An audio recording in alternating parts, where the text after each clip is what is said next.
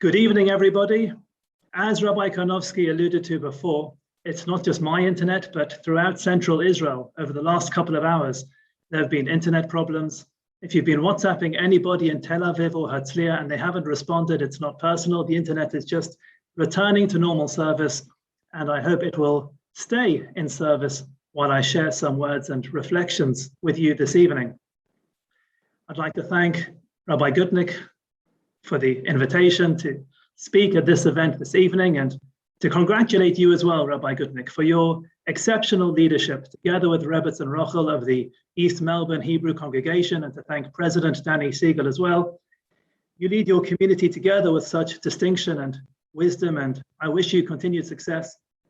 Rabbi Sacks really liked your shul, and it's no wonder why.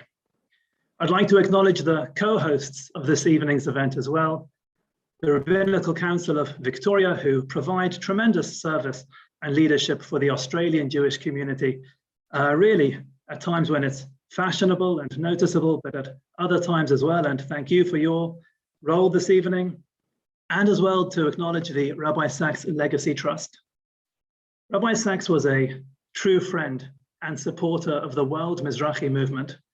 And with the support and input of the Rabbi Sacks Legacy Trust, we've put together a memorial edition of our HaMizrahi magazine to mark Rabbi Sacks's first Yartzeit. I've just picked one up now in Israel. It's on its way to 250 shuls in Israel and to different communities around the globe. And you can pick yours up from Mizrahi Melbourne, or through your rabbi or your shul.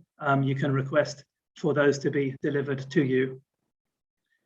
In honor of Rabbi Sacks's legacy, I would like to share some thoughts about the concept of legacy itself as it appears in this week's parasha. Soon after the passing of Rabbi Sacks, many made reference to the beginning of this week's parasha, where Avram is described as Nasi Elokim Ata B'tochenu, you are a prince of God in our midst. That was a most apt description of Avram Avinu, but so too of Rabbi Sacks himself, who was a global ambassador for Hashem, his Torah, his people, and his land. However, I would like to draw your attention to the end of this week's parasha, where we learn about the legacy of Avraham Avinu. Right at the end of Parashat Chayei Sarah, we read that Avram married a lady by the name of Keturah. Together they had 6 children by the names of Zimran, Yokshan, Medan, Midian, Yishbak, and Shoach. We're then told about some of their descendants. And then we read, Vayiten Avraham et kol asher lo liYitzchak. Avraham gave kol asher lo, everything he had, to Yitzchak. It seems rather straightforward. Everything which Avraham possessed and owned, he gave over to his son Yitzchak. But then in the very next verse we read, V'livnei hapilagshim asher leAvraham, natan Avraham matanot. And to the children of Abraham's concubines, he gave them gifts. And now we have to ask the obvious question. If in one verse we are told that Abraham gave everything he had, kol asher lo to Yitzchak, how could he give gifts to the other children? What was left over for the children of the concubines? How are we to explain this? Rashi, based on the Midrash, explains with a powerful understanding of what it truly means to have kol, to have everything in life. As Rashi says, Amar Rabbi Nechemia, Birkat Daitiki Natan Lo. The word Daitiki can mean a will, but it also means a spiritual testament. It is the ability to bestow blessing. And when the Torah says that Abraham gave his kol, his everything to Yitzchak, it was not talking about his physical possessions. It was talking about Abraham's greatest legacy, the fact that he empowered Yitzchak in the next generation to be able to bestow blessing unto others. As Rabbi Sacks would very much enjoy saying, good leaders create followers, great leaders create leaders. And it was that ability to give that next generation the ability to lead and to be blessings unto others. That was kol. That was everything. And if we take an overview of the chapters we are currently reading in the book of Bereshit, we can track the passage of Kol. We can trace its journey over these parashiot, this greatest of gifts. At the beginning of Parashat Lech Lecha, Hashem said to Avram, if you move to the land of Canaan, well, you should go there, and then amongst other blessings, v'heyeh bracha, you will be a blessing unto others. Up to that point, Hashem was the source of all direct blessing in this world. From that point onwards, Hashem gave Abraham as well the ability to blessing others. By the time we reach this week's parasha, we read, V'Avraham zaken ba bayamim, v'Hashem beirach et Avraham bakol. Avraham was elderly, getting on in days, and Hashem blessed Avraham bakol with everything. What is everything? Everything is this ability to give to others and to bless others. And there are many opinions in the Gemara and our commentators as to what exactly this call was. The common denominator of all of them is everything is to give. And so, now that Avraham has been blessed by Kol, in the very next verse, Vayome Avraham el avdo zakan beito hamoshel b'chol asher. Avraham turns to his trusty servant, who we know is Eliezer, and he was responsible for Abraham's Kol. He was responsible for Abraham's legacy and the fact that this would be successfully passed on to the next generation.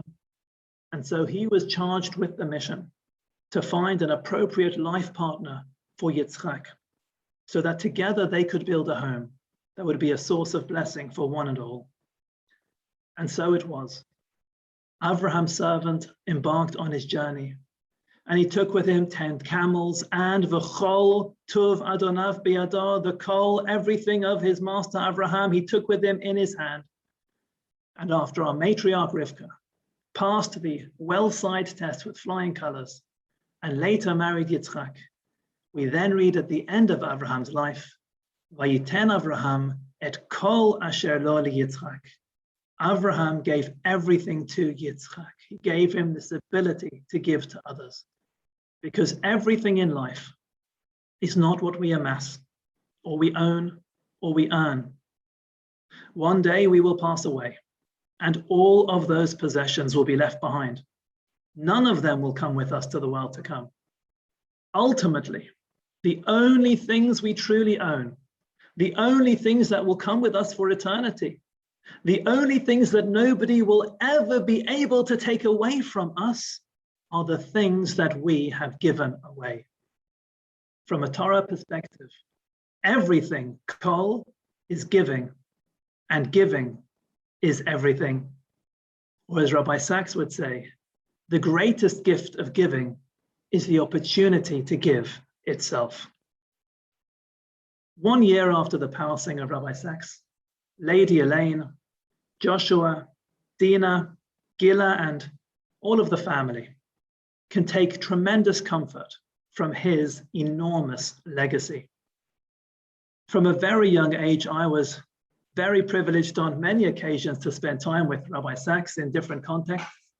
My earliest memory of Rabbi Sacks is as a child of, I think, just 6 or 7 years old, trying on his velvet hat of his canonicals, which he allowed me to try on and to see if it would fit me. And throughout the different stages of my life, I've really been privileged to have many moments and occasions to spend time together with him.